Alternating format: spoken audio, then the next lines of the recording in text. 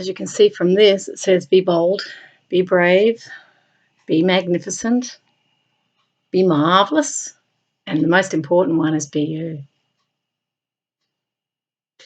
I was just going for a walk in the dark. It was lovely. So just to introduce myself, I'm Susan from Worldpeacefull. And so my life's work is peace, and I'm here to actually help you with that, because many people will be finding it extremely hard. And I'm seeing young men particularly speeding around, and I can tell that they're frustrated and they're wanting to break free, which is very natural for young people. And the longer this goes on, the harder it's going to be for people to cope. So I'm a peace educator, but I'm not only a peace educator. I've actually gone through this experience for many years. I was without work for many years, and I had to adjust from having a working life as an analyst, and worked in many companies, and I've worked in a few countries as well, to have that stop as I embraced a vision, which was actually peace vision. I dreamed I was teaching peace, and my whole life changed. Everything went, actually. Partner went, job went, security went. And it was really funny. I remember going from a situation of certainty where I always knew what was going to come. It was a very predictable life, to a situation of uncertainty. Now, this was 20 years ago that this started. Just going back, about 20 years. 1998 was when I dreamed I was teaching peace. So 22 years actually ago was when it all started for me. But it kind of got more and more challenging as life went on.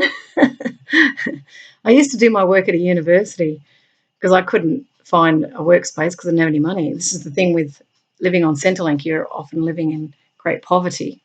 So I know the feeling of no money, not knowing where the next meal's coming from, trying to keep motivated. I went to this university so I could get up, get dressed, try and feel like I'm going to work.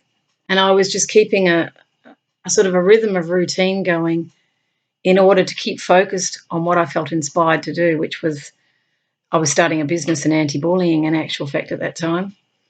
And what I liked about the uni was going in there and being around people and just having that normal interaction. And no one knew I was not with work. They thought I was a student.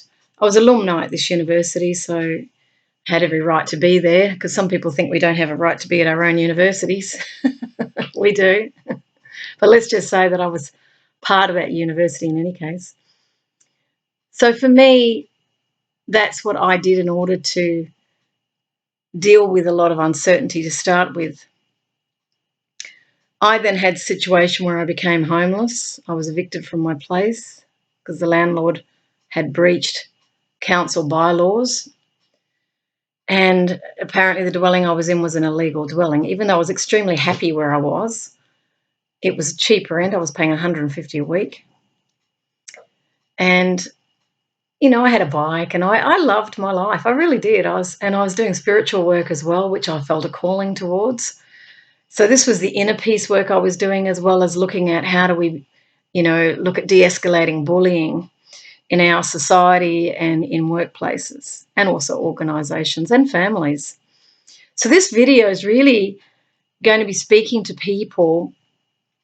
Firstly, the thought that came around this video was really about people wanting to suicide, because I've also been there as well many times. Not because of any instability, but because I'd felt powerless, and all desires to end your life come from the sense of powerlessness and no exit. You can't see an end to it. And in the experience that many people are having here with the COVID-19 or coronavirus, is they keep getting this statement coming out from government that it'll be a month, or it'll be another month, and people get the sense of, I don't know when this is going to end. And I've had thoughts about how those in detention centres must have felt when they couldn't get a sense of an ending, and they themselves felt incarcerated. And I know many of the public will be feeling they'll feel that they can't go back to their normal life, and they're feeling well and keen to work, and there's a lot of frustration going on. There'll also be a lot of tensions happening within families. There's also a lot of social isolation happening in any case for those who live alone, for the elderly, for those who used to go to the coffee shops, and I used to notice them. I could see who was lonely. Those who used to go to the libraries all the time. There was the same type of people, and you knew that they had no work and they were trying to occupy their time, or some of them were trying to escape. They didn't know what else to do. They were actually at a real loss. And I myself have been okay because I had a vocation, piecework. I dreamed I was teaching peace. So this for me is something I'm extremely motivated about. But I know that I'm one of the fortunate ones in that regard, in that I'm never without work. I never get paid for what I do, but I have constant work. So if anything, I'm often feeling like I haven't got enough time to do what I'm here to do. So I'm living my life. I'm not living a job, and I'm not living out of any desires for ambition, any desire to be noticed, any desire to feel I'm recognised by others, where I'm identifying strongly with the external world to bring me happiness. I've had to learn over many years to let go and relinquish those things that I thought were vital for my happiness. At first, it was colleagues, sort of feeling like I'm still part of the business world, and I found myself receding more and more from it. I also became much more isolated. So the social distancing everybody's experiencing, which is turning into more of emotional distancing, and well, that emotional distancing was there actually in the city. So let's hope that wall breaks down a bit, and maybe people smile at each other and look more at each other. But in my circumstance, the social distancing was normal because I was often on my own. I didn't have colleagues or friends where I was going. I had a coffee shop. Usually I used to sit in coffee shops. That was very common with me, so that I could still feel that sense of connectedness to society as I continued on down my own road. But I was, engaging in conversations very briefly with people. So in the moments we're in today, people might be doing that when they go to the supermarket, or they may not be doing it at all if they're not people that feel confident to engage. They might be feeling more and more isolated. So if this is you, if you're feeling you're getting depressed and anxious, I'm here to tell you that we'll get through this, okay? And I'm saying we because I'm actually standing with you right now. I know what it's like, and I'm going to try and help you through this experience that you're having. My introduction was really just to say to you that I've been there and I know what it's like. So I'm going to give you some skills on how to deal with depression, how to deal with there's no exit to this, how to deal with the powerlessness. But before I start with that, what I want you to do is to sit with me, and we're going to do some breathing. Breathing in, breathing out, because the tension must be released. Otherwise, you're going to release it on someone in anger. So you don't want to be doing that. What you want to do is go, breathe in, let it out. You might even stand up and shake it up a bit. Let's see if I can, shake it up a bit. Just ground it, stamp your feet. I've had enough. Get it out. It's okay to scream it out, but not at people, because you transfer the negativity onto them. We're not here to hurt anyone. I'm a peacemaker, so I've learned how to own my own stuff and communicate as best I can in circumstances. So let's do the breathing first. Get comfortable on the chair, your feet flat on the floor, and I want you just to breathe with me. So breathe in and breathe out. Let your shoulders go loose. Breathe in and then breathe out. Breathe in. Breathe out. Breathe in. Inspiration. Breathe out. Frustration. Breathe in peace. Breathe out annoyance. Breathe in love. Breathe out anger. Breathe in joy. Start to feel. Breathe out stress. Breathe it out, okay? Move your shoulders around. Maybe just move your neck. Just stretch a little bit. What I'm doing nowadays is I'm actually stretching every morning. And I'm also doing some intentions. Our minds are very powerful. So first thing you've got to know is don't believe your thoughts. Thought actually impacts emotion. It can be the creator of that emotion because what you believe, you start to feel in your body. So let's just say you can't go to work. Let's say you've lost work, okay? It could be a small business and you have there'd be a lot of retailers out there. And I just want to go into the vibration of those retailers, those people who can't go back into their jobs. They've been laid off. I just want to spend a moment just actually feeling you, because often we all talk and we get very busy in the mind, and I actually want to stop that because I want to feel where people are at. So I'm just going to go still for a moment. And what I'm doing is I'm actually connecting to people.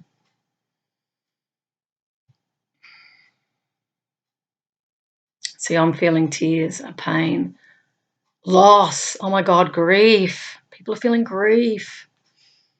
So for those involved in the decision making, I want you to really hear me when I'm doing this, because I want you also to join me, those who are making the decisions to stop people going to work. I want you to sit with me as well, because I'm going to help you to see through me what they're suffering. See, I want to cry straight up, I want to cry. It's friggin' hard what they're going through, extremely hard, because they've never been here before. They have no power. And the reason I'm sounding angry is because they're angry. I'm feeling the anger. I want out of this. I want this to stop, for goodness sakes. I'm going to get angry at this person because they're not social distancing. You're going to keep us in this situation for longer. I can't handle it. Okay, that's the vibe I'm getting. I'm just demonstrating it. You know, I'm angry with you because you're always annoying me. You know, just go out for a walk, go and exercise. I can't stand this. So that's what's happening in homes. Mum, I'm bored. I don't want to do that. Or I'm crying or irritable and angry and bored. It's boredom with kids. They're bored out of their brains. Because there's only 4 reasons for us to go out. Just notice I'm going into the energy. That's why I'm sounding like I'm sounding. Because you can't know it until you feel it. There's 4 reasons to go out: for food, for bloody education, for work, and for caring. What about when my friend's depressed and wants to suicide? I can't go to them? Are you bloody kidding me? What about my grandparent who's in the nursing home? She's getting depressed. They're drugging her up. I don't know. I don't trust that nursing home. What do? I was supposed to go on holiday. I was supposed to be getting a promotion. I was going really well. I was just about to start a project. And then this happened. I don't trust them. What are they up to? Okay, this is more thinking that's going on. So I don't need to be Google listening to all the conversations online. I don't need to be Microsoft gathering data to know what's going on with the public emotionally. When you're data gathering, you can't actually pick that up. When you're an intelligence agency, you can't pick any of that up. That's why I'm giving you the emotional side, because this is the humanity that often gets denied, because we can soothe ourselves. We can have a narrative, a story that justifies what's being done here. But the social emotional fallout is bigger than the coronavirus globally. Because what the people are feeling is powerlessness. They also think their world's coming to an end. If they're Christian, they'll certainly see this as the end times without doubt. Others will be concerned about those in power, what they're doing. If they've lost their businesses, there'll be just huge despair because we've all been taught to think a certain way. We've been taught we've got to work. I've got to have, I've got to pay the mortgage. I've got responsibilities. So we've had very, very, very busy lives. So I'm going to now move out of that, just to getting a feel for where the public is at. And I can feel great tension that's behind closed doors, huge tension. There's also pockets where people are actually enjoying it. So I might just go there as well. These are the ones getting out in the garden doing all the things that they always wanted to do. The people who don't like their jobs, who just go, oh, well, I'm just going to go with it, whatever. I won't starve. The government is giving some money out to people. So there may be those who are just going, well, I like being at home. I'm a homebody. And I don't really want to go out anyway. So it'll be those. The young ones will be stir crazy for sure. That's why they're going out exercising a lot. But they'll be lonely too because they're not meeting girls or boys and, mixing it up as young people do. So huge grief, huge loss, huge feelings of powerlessness, controlled. They're feeling very controlled and they won't be liking it. It's a form of repression, what we're going through.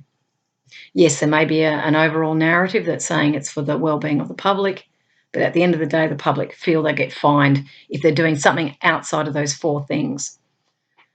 It's actually a form of psychological abuse that the people will be going through. Now, why do I say that? I'm just going to go still on that for a moment.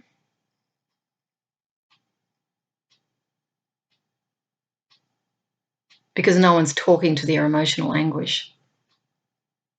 That's why it feels that way. Nobody's acknowledging their suffering. And some will be very scared that they're going to suicide. So again, I'm bringing now back into consciousness here the people who are wanting to end their lives, and they're the ones I'm inviting to this conversation here. So breathing is extremely important to release the stress. Another very important thing is to learn to stay in the moment of now.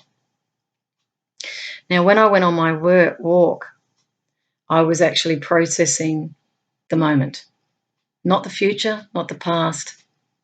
I was looking at the stars and really loving it. I could see how clear the sky was. I was breathing in the fresh air. I was looking at the trees. I was even, noticing houses as I walked past and beautiful lights. And I was living fully in the moment. Now, the secret with living in the moment is that there is no future, there is no past. And in the moment, you're fine. In my case, I've had dinner, I've got food, I've got water, I've got my health, I've got my freedom, I can go for a walk.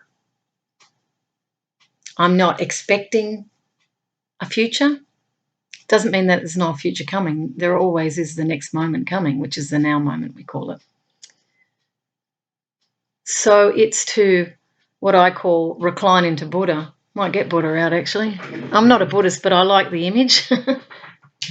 I probably am a Buddhist too. Do the breathing. I'm similar. I believe in kindness and peace. So the image of the Buddha, just put that like that. The image of the Buddha really is, see the happy, peaceful look. So breathing in with peace. I have to relinquish things that I remembered I was doing because they were patterns, and the sense of grief and loss is really coming from a pattern that you're used to. It's also an addiction. So we're addicted to going out, we're addicted to going to the pub, meeting people, and then suddenly it's stopped. And there's a loss situation that occurs. And we have to adjust because it's like, I can't go there. I'm actually being stopped. I might get fined for doing things that we've always done. No point in history has anyone ever been fined for doing a driving lesson, or playing soccer. I mean, this is absolutely outside people's experience. So for those of you feeling that way, you've got to start noticing your thinking. I'm also going to send you to the work of Byron Katie. So you need to go to thework.com. She will teach you how to question your thinking and turn it around, because life is all projection. So what that means is, imagine you're in a theatre and you're projecting out your thoughts onto a screen, and that's the image playing out in your life. Now, what projection typically happens when we don't own things, like we are in denial about something. And we then might push our most negative feelings onto someone else. You're driving me crazy would be really, if you turned it around, I'm driving me crazy with my thinking, because I want it to be different, and then you just take it out on the first person who's near you. That's not fair on them. But it's also not honest with you too, and it won't help you. It'll just create a bit of a hole as you get a bit of guilt around having conflict with other people. But it's very important, if you do have that, to sit down and go, I know I got angry before, and I just want to say I'm sorry if I hurt you. I'm just feeling really, really frustrated. And I guess what I need in those moments, if you can just leave me alone, or I might just go for a walk. Maybe that's the way I'll avoid taking it out on other people, or I might go into my room and scream into my pillow or something. So you have to have strategies that you work out with your family or your friends or your flatmates or whoever's there on what to do when you're in this state of mind. You may also be getting down, like you just can't get out of bed. What's the point? There's nothing to live for, because your whole life was identified in what you do. Now, the peace work is all about living from within yourself, and the world doesn't deliver you happiness. You deliver you happiness through being in alignment with life itself. We think life is all about working. It's not. The real world, it took me many years to come back to who I am, to the true me, and to become authentic, because I had to let go of the roles. I had to let go of the fake persona that I had to present when I was a market analyst, for example. I had to be the professional. But when you're unemployed and then you become homeless, it's like you can drop all of that and just be you. And that's exactly what I did. I also let people know I was homeless, like I wasn't ashamed of it at all. It's not my fault that that what happened. And I do the best I can, but it is what it is. Having no money doesn't mean I'm a failure. But we can get depressed over having no money, thinking, I'm going to lose all my superannuation. Although they're letting people have it now. I didn't get mine when I asked for mine when I was homeless and no money. I could get upset about that, but I'm not. I'm understanding a lot these days. And it's the poverty of others that I'm seeing through their judgments. But that's another story. The main thing really that I want to convey here is there's great feelings of loss at this time, and the feeling of losing the momentum, that things are never going to be the same again. And there's constant repetition in the media, which is like a form of operant conditioning. It's like mind control. It's the constant messaging, and they are spun in definite ways to have the public think in certain ways. I've got rid of my television. That's one mental health decision, because I don't want to be programmed. I got the message. I understand hand washing, social distancing, the 4 reasons. That's been heard. But then I stop it. I stop the noise, and I go into the real world, which is a very peaceful world. That's the world I live in. And I look at the trees and I feel peace. I look at my family, which is the public, and I feel peace. I smile at them. For me, my life hasn't changed at all, actually. It really hasn't. Because, as I said earlier, I've already lived the life of social distancing. I lived the life of poverty, and I've lived the life of homelessness. So for me, I just had to learn how to grapple with it. So going back to those things again, the breathing is very important. Release tension. Questioning your thinking is extremely important, because your negative thoughts are never true. They're in resistance to what's going on, and you're fighting it. The way of peace is actually non-resistance, and the way of non-violence is the same. we learn to make peace with the moment. This is what it is. How do I know I'm meant to be in this situation? I'm in it. This is the work of Byron Katie, and it's true. It's called reality. This is the reality, not the projected future that you think you should be having. The minute you go into shoulds and shouldn'ts, you'll get stress. The hard part is to ground yourself and go, you know what? It is what it is. What the next moment brings, I don't know, and I'm not going there. I'm not going to live in the future. I'm just going to enjoy the sun. It's cold outside. I might read a book. I'm going to read things that I probably haven't done. I'm not going to get on the computer all the time, because that can also be like a sense of addiction. It can create addictions. And what we want to do is drop all the addictions in this time. You could use it. In fact, I would highly encourage you to drop all those addictions to things that you're in patterns to give you comfort. Like, I mean, you can have comfort, but what I'm saying is the thing with television, with movies, with computer laptops, maybe games, is that you're actually losing yourself in these things. And it's not to say, the movie here and there is not a problem. Of course, it's fine. But if you're doing it all the time because you really don't want to face the reality that's going on, then what happens is there's kind of an emptiness that develops because you're out of touch with who you are, with your inner spirit.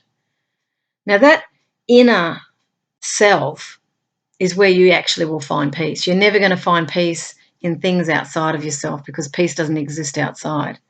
It actually exists inside. And what it is non-resistance. It's balance.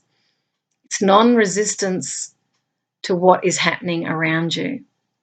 It is what it is, and I'm going to come into harmony with what this is. It doesn't mean you don't speak up and say, well, I think this and I think that. You can think it, but be careful not to get caught up in the drama of it, because I've done that. And it's like we can get dramatic about it, and you've got to breathe and just go, you know what? That doesn't feel good when I'm talking like that. Let me just put more clarity around it. What's the true problem here? The true problem is that I feel frustrated. Why? Because I think I should be doing something that I'm not. I want to be doing something else. I don't want to be here now. That's the problem. The problem is not the restrictions. The problem is not the announcements. The problem is not even the coronavirus. The problem is that you're in resistance to where you are right now, believing you should be somewhere else. And that's where all the pain of the world is.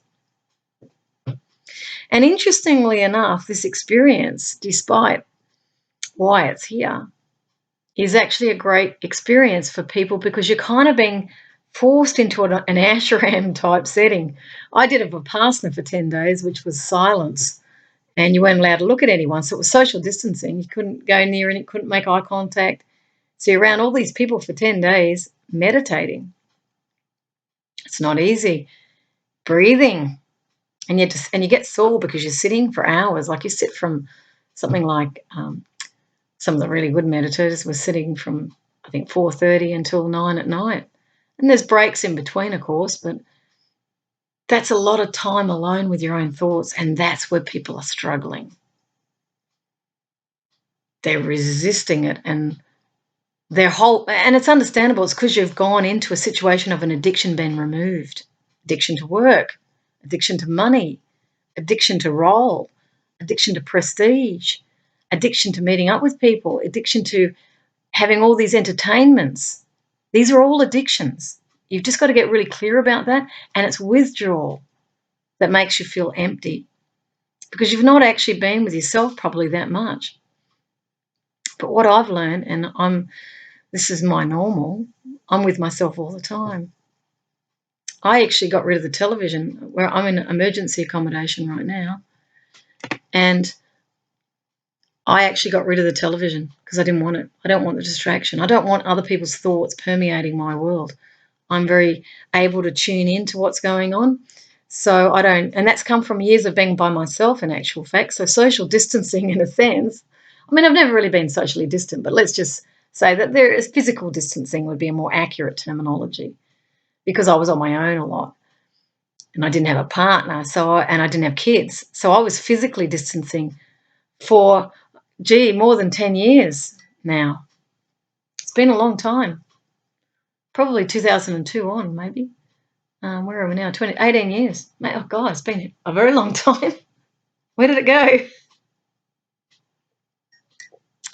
So I've had lots of practice at being with me, and I'm very much at peace with that now. So the thought process is what you've got to become conscious about and aware, but you don't. When you become aware of the thought process, that's actually an awareness rising up in you because you are consciousness. You are far more magnificent than you can even imagine. I've done a lot of work with people over the years, focus groups, and, when I was doing research and talking with the public, and I really found they were extraordinary, all of them. I didn't meet one ordinary person. Everyone's diverse, everyone's interesting, but they often don't think they're good enough, or they are pedaling fast to keep up because the world is sending messages to them that they're not good enough, or they're being evaluated, KPIs. Are you measuring up? Have you a career path? What have you got to show for it all? You're working bloody hard and you want to have something at the end. So people want their houses, all the things they've built up, and the great fear in all of this is the loss of that. Well, I don't have anything other than what I've got. And that frees me up, in actual fact. It's a lighter load. It's not so bad. And I always managed to have a home to live in. So 2.5 years of homelessness, without money, I didn't have an income other than little bits and pieces that came my way, which wasn't much. Probably averaged around 35 minimum a week to 50 maximum a week for 2.5 years. That's what I lived on. You might go, how did you live on that? Well, I stayed with people sometimes, other times I house sit. Someone would bring me a box of food.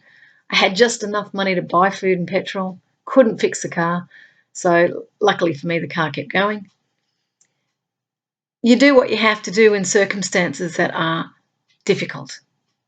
I was also going through trauma, and I'd wanted to end my life 100 times because I'd had a bullying and sexual harassment matter for many years. So I had to process a lot of stuff, and I wrote poetry. That was, for me, the most wonderful way of expressing myself. I also was seeking truth of matters. And so that stillness that I've been demonstrating actually came from me writing poetry, because I used to put my hands on the keyboard and wait, because I was looking for answers. I was really desperately looking for truth. And it did bring me to peace. So through all my tumultuous, difficult, isolated, even suicidal moments, all of that has led me to peace, because I had to question my thinking.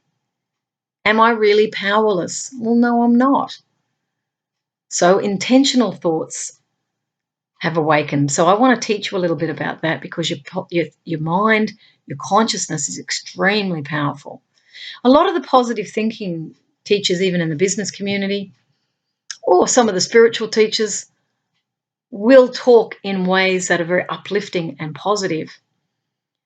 And what we call it is vibration. As your vibration goes up, which is the various levels from sorrow is at the bottom, depression at the bottom. As you work your way up to anger, regret, maybe a little bit irritated could be another sort of feeling that you're having on this emotional scale. Then you're going up to possible hope, feeling a bit better, maybe starting to, laugh a little bit. And then you're getting to feelings of, happiness, and then joy, and then love is at the top. So all of us have this emotional scale that we're moving between. And some of the law of attraction stuff, which I highly recommend you have a look at, which is Esther Hicks. The law of attraction is extremely powerful. So these are great moments that you're going through all the uncertainty. Rather than losing yourself in keeping busy, try and stop it if you can, and actually start dealing with the turbulence that you're dealing with, because there's actually a portal that you're going to walk through, and I did, and I've never looked back. I would never go back to the busy life again. It's not for me. I'll never go back to losing myself on computers. That's not for me. I still use computers and I do enjoy them. I do my blog. I use them as a tool of expression, but I don't allow them to influence my life. If I see ads, I ignore them. I actually ignore them because I don't want predictive. I don't want things popping up because I've said something. I don't want any of that. So I don't look at it. The universe or life might bring it to me, and I'm not tense when it's there, but I just change my focus because I'm decider of my reality, and I'm the one who wakes up with me, and I'm the one who creates my destiny. My happiness is dependent on me, not the outside world trying to tempt me with things to make me happy. And it doesn't mean I don't see something and think, yeah, I wouldn't mind buying that and get it. I'm still consuming in the society, but it's a natural supply and demand. I get what I need. If I feel inspired to get something, I get it. I don't hesitate. These days, a lot of things are coming from inner inspiration because I'm not watching TV and I'm not reading newspapers. So I'm not actually getting a lot of advertising. I was a market analyst, so my work was to analyse consumer markets who were being exposed to various images and their net correct recognition because we want them to go off and buy it. That was what I was in before. My whole life turned around when I became unemployed and homeless. It was great. I started to realise that wasn't the world for me. You know, I actually started to revisit who I am. I started to realise, and look, it wasn't easy, I have to say. I mean, you guys know because you're going through it now.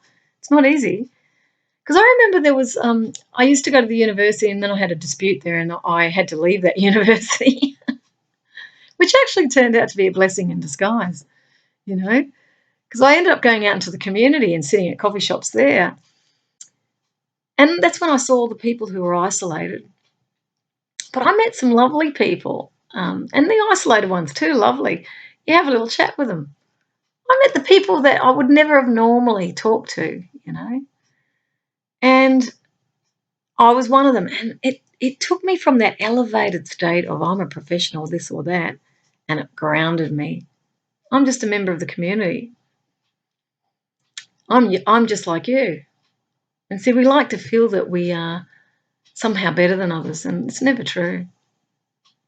So it was humbling for me to come out into the community where I would never have gone in a million years. I wanted to go in an office, you know, because that was my experience. And in the days we're in right now, of course, you can't even go to a coffee shop, but you can go for a walk and you can be innovative. You can be innovative. If you follow your inner world, you'll be fine. I personally, because of the training, and I've learned to follow myself. You know, I listen to what's being said, but I follow myself. And I have no fear of coronavirus at all. Not at all. And I've done research on it, and I know that the majority of people, healthy people, aren't going to die from it. So there's nothing to fear as far as I'm concerned. The influenza took 1,500 to 3,000 people a year. That seems like a big number. If we didn't know that, we'd be going, oh, wow, 3,000 people died a year of that disease. That's terrible. Well, no, it's natural. Older people, you know, we have death in our society. It happens all the time. But we don't actually focus there. So it looks like nobody's dying unless it happens to happen in our own lives. And then it's, loss, grief, you know. I lost my dad last year and, I still grieve over dad. But at the same time, I'm coming to terms with things. I'm adjusting. And so with this, you will adjust as well. You will adjust. So remember what I'm telling you. Live in the moment. Detach from all your addictions. Don't stay on them very long if they're devices. No more than an hour a day. Then start to think about, okay, what do I really want to do here? And just sit quietly. So go still, like I do, and that's just breathing. Try not to think. Don't even try not to think, just breathe. Focus on the upper lip. See, I find I go still very easily now because I do it a lot.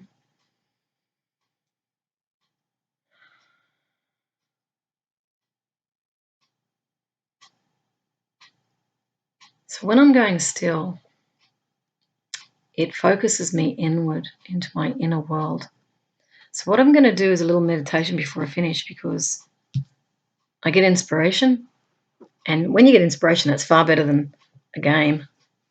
It's really quite amazing world that you can live in when you start to really master this being with yourself and being with your broader perspective, your consciousness. And I believe the times that are here now are to teach us to awaken ourselves. These times have been visited upon us because we've acted like a plague and a virus on the planet. And it's not to disparage humanity. I have a great, huge love of humanity.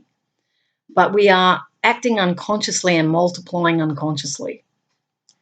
We're not thinking about our impact on the planet. The very system that encapsulates us, that draws us in, gets us to consume and consume and consume, but we are destroying our earth in all this consumption. And that pattern hasn't stopped at higher levels. They're still doing it. And they're still looking at the next big industrial revolution. What do they call it? The fourth industrial revolution. This is the big IT smart city stuff. So they're quite happy with everybody on computers. So I'm just here to say to you that do what you feel to do. It always has to come from you, not me.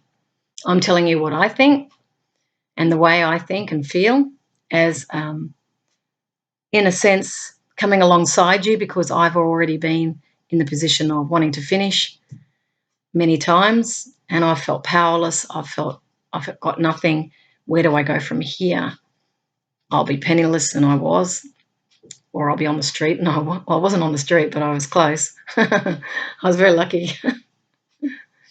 So that's why I'm here.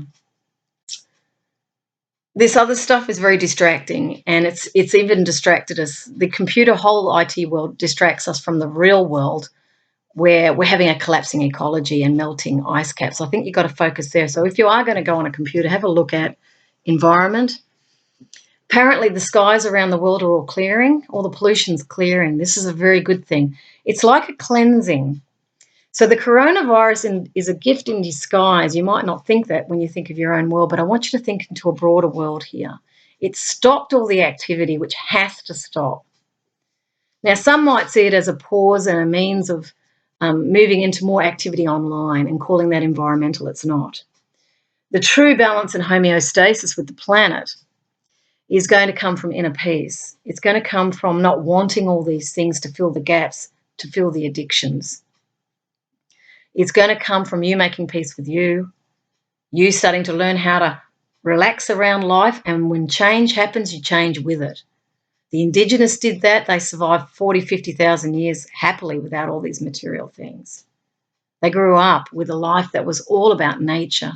They went walking in Australia for thousands of kilometres. There was no TV or devices or anything to plug into.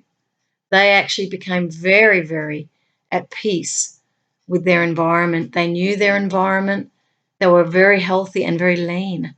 They ate when they were hungry. They didn't get overweight. They weren't suffering diabetes. They weren't having heart attacks early. They weren't drinking themselves to death. They actually had very clean bodies because they drank a lot of water and the food was fresh. So prior to our existence, there has been civilizations on this earth that have lived very, very close to the earth in homeostasis. They've also had dream times and mythologies that have grown up around them because they went inward.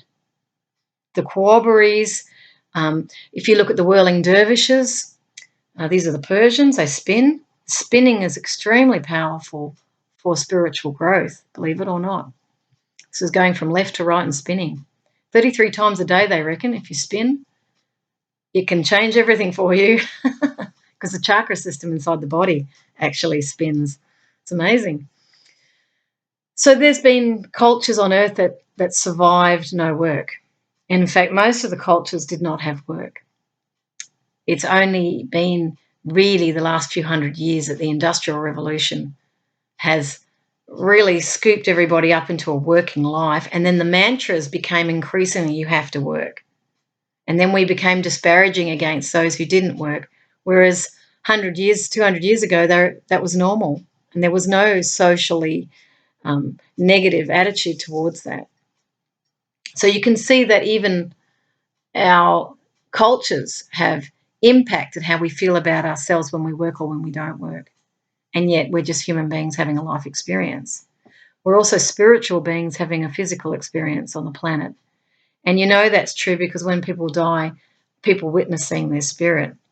Actually, my father came to me in my dream last night. It's the first time, I think it's maybe the second time that he's come to me in a dream. It's really, really nice. And he was saying some stuff to me. It was really great. And I woke up early and I remembered, I felt it as a visit. I really did. And I've seen a ghost as well. And my friend was with me. We both saw the same. It was a male in a jumper. So I'm just saying that to let you know that we live on, we are actually spiritual. So there's a bit more to us than just what we do. It's actually about being a human being. The being part is where the real life is at. So I'll just go still for a few moments and I'll just see if any inspirations to come up for you.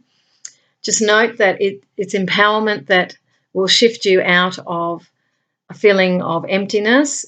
Breathing will help you. If you go into full body realization, so you start at your toes, close your eyes and you feel your toes, your knees, your legs, your stomach, your shoulders. It takes you out of your head because that's where the suffering is happening, is in the mind. Breathing, if you concentrate on the upper lip as you breathe, you will stop thinking. And that's where the real action is, because then you get to know who you are.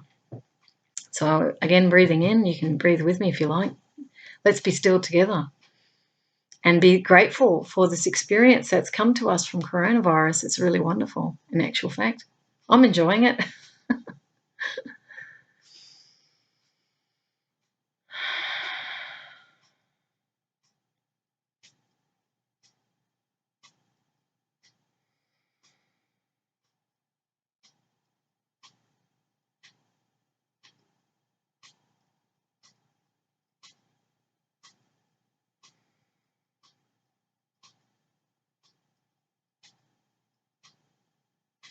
It's really interesting. Consciousness moved me to the dolphins. Can you see the dolphins at the back here? That's where consciousness took me. You have to look at the dolphins. Animals don't fight nature.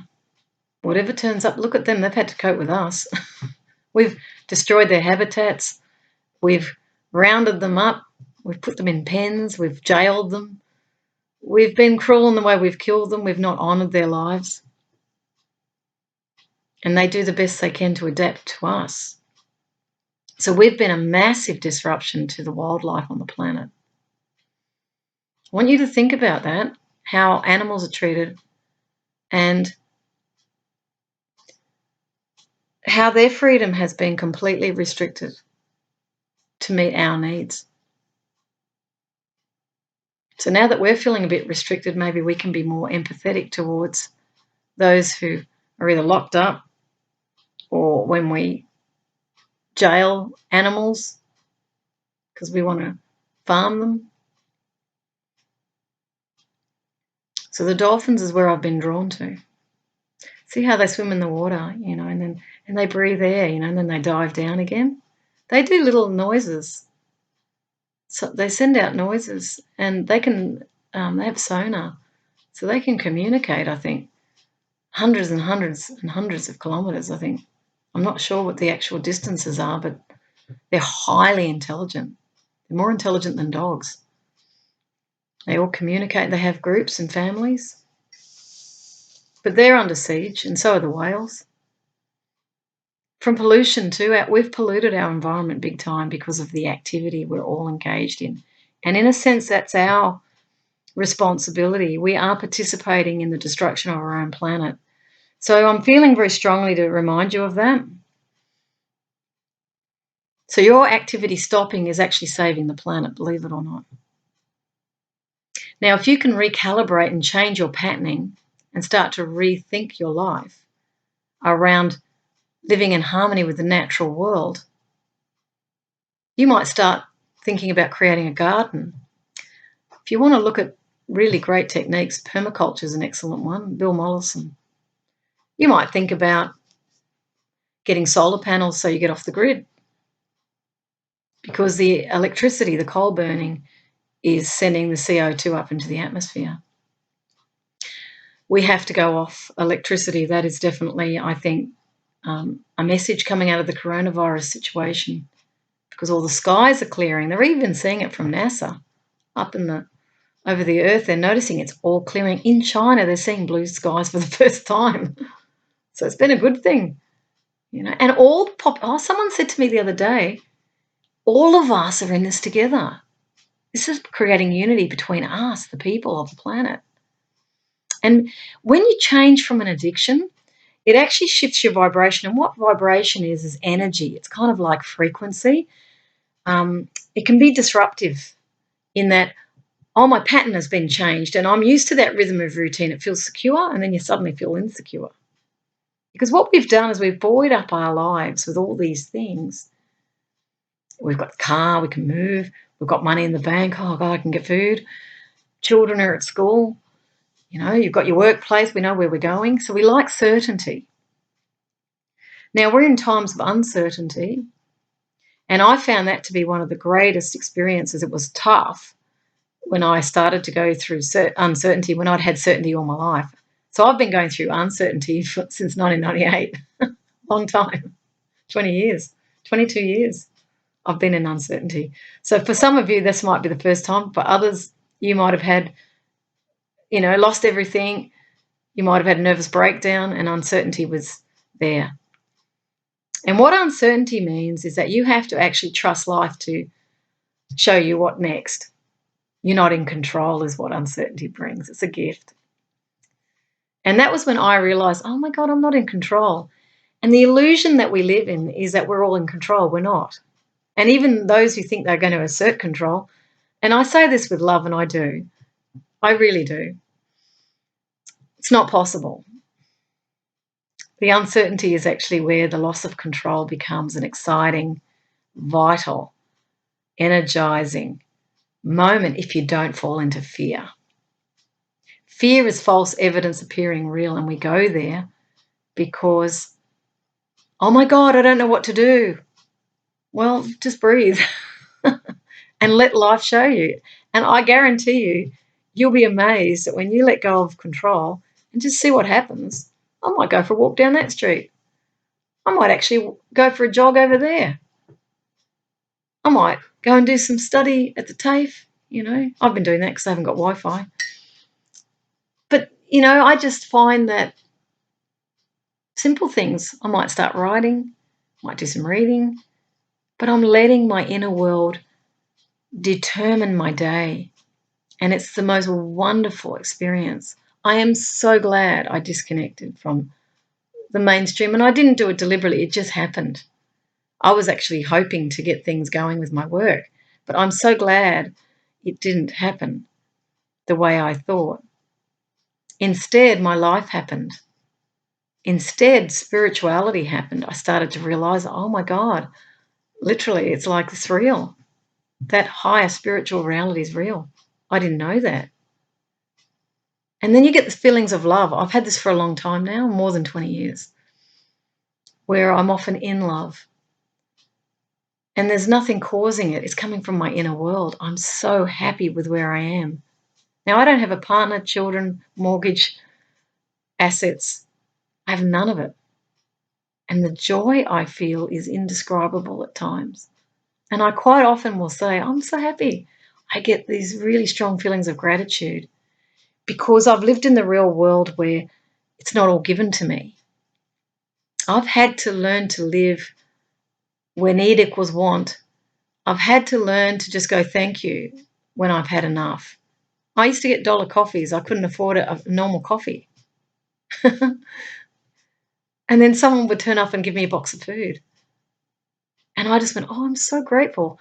I never asked for anything. I thought, no, let life deliver it. So it's not Uber Eats. It's life.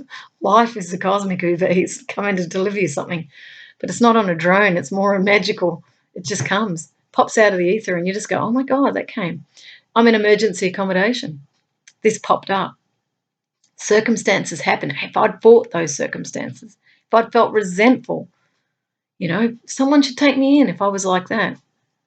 It would have been a very uncomfortable, I would have missed the opportunity. It wouldn't have happened. So what happens is when you relax into this experience that's different, when you become much more mind conscious, okay, I'm falling into fear again, I'm judging, I'm going into shoulds and shouldn't, that's going to cause me stress. Can I be grateful that I'm in a house? Think of the homeless. There's a lot of homeless who are in a worse situation now. But let's hope the universe, and if they can stay at peace, I don't know, many of them are probably not, because there's a lot of fear around the homeless. But there's also a resilience with them too. I've met quite a few, and they're pretty astounding people. But they can get down because they don't feel supported. They've lost all those supports. But there's a strength that comes into your life when you start to let go of control. And homelessness, you have to let go of control because you've got no money and you've got no home. So you either rise to it or you could succumb to it in depression. So I'm just saying that be grateful for what you've got. Be grateful. Have you got food? Well, then that's abundance. That's fantastic. You've got lights on. Great. You've got a candle. Fabulous. You've got fuel in your car. Laughing. And even I've had situations that, well, I'll only drive so far because I can't afford fuel. Maybe I get a bike. You get innovative. If you haven't got this, go and get that. What I used to do when I had no money and no work was I'd go shopping with hard rubbish. Just to walk around the neighbourhood for a walk, and then I'd find things, and it's like I got a whiteboard, I got a carpet, I got a vacuum cleaner someone chucked out. I even got a really great leather bag, and I just went, things that people chuck out. That's their rubbish is my treasure. And I went, isn't life abundant? Oh my God, I don't need all these things. It comes to me when I need it. And Byron Katie, thework.com, I'll give her a plug. She's the one that taught this, and it's a great teaching. How do you know you need something? You've got it. How do you know you don't need it? It's gone.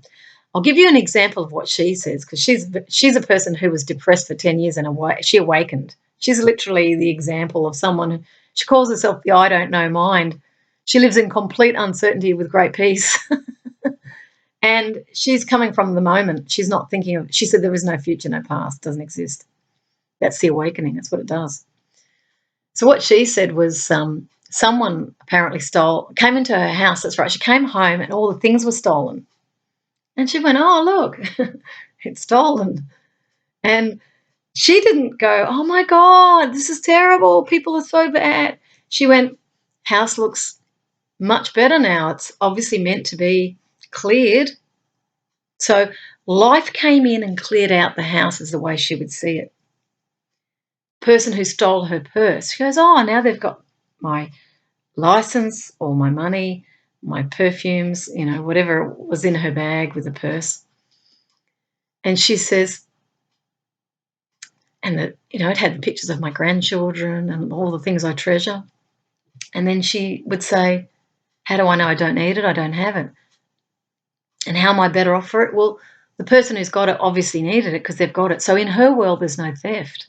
How interesting is that? She says ownership is transferred because it didn't come back to me. So how do you know it's mine? It comes back to me. How do I know it's been given? It doesn't come back. She gives everything. She said, I don't lend anything to anybody. But if it comes back to me, I know it's a loan. So this is the harmonization with life, and that's really what the lesson of coronavirus is. You got to learn to harmonize with the times that you're in. Go with the flow. Notice what's going on. Don't be transfixed by the narratives on the television because it can actually wire the brain if you're listening too much. I used to do research, and we were doing net correct recognition, which is repeated advertising, and it's done deliberately in order to sync the messages in.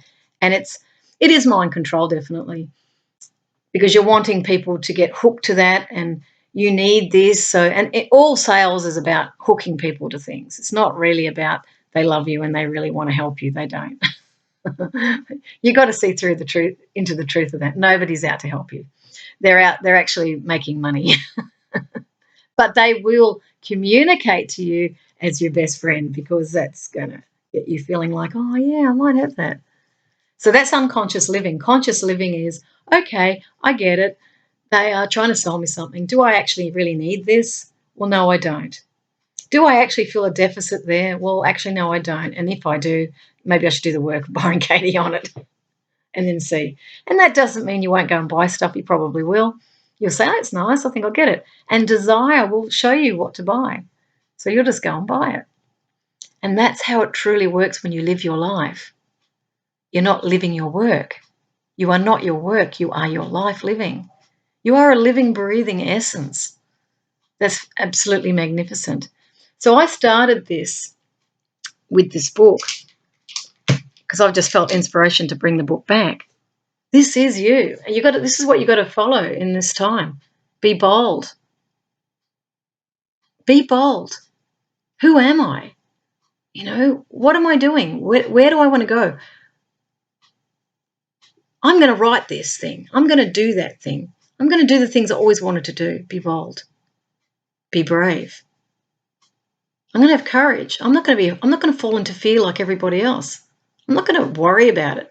Yes, I'll hand wash because they've asked us to. And yes, I'll social distance because they seem to feel it's important. Some people might think it is important. That's still being worked out. But for the moment, until we know for certain what the truth of this matter is, because Australia's a sparse population and a big country, some of the countries that are having more infections tend to be more densely populated. But again, there's still issues around whether people are dying from pre-existing conditions, whether it's just that 20%, which is what was stated. I mean, the Prime Minister did state it was a mild virus and doesn't really impact the majority of us. It's not going to kill us. But there may be a few in the compromised immune area, as far as my understanding is, unless all that's changed. I haven't watched TV, but that's my understanding. From my research, it sounds like it's nowhere near as bad as what they thought it would be. I think China's gone back to business as usual, which we may not want to do that. We might want to do a completely different life from here on in. So be brave. Be magnificent. Excuse me, I'm coughing now. No, I haven't got it. That's from talking.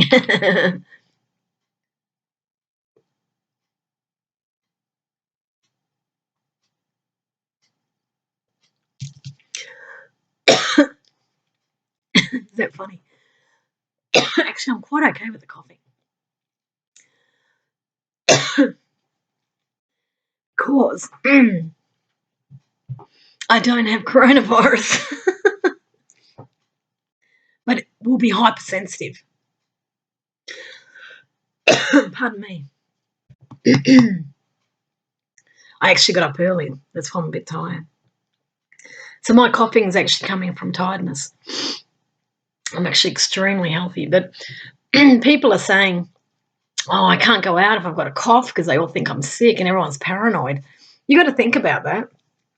Don't worry about it. And if they've got a cold, just cough into you, just for the sake of making others feel comfortable.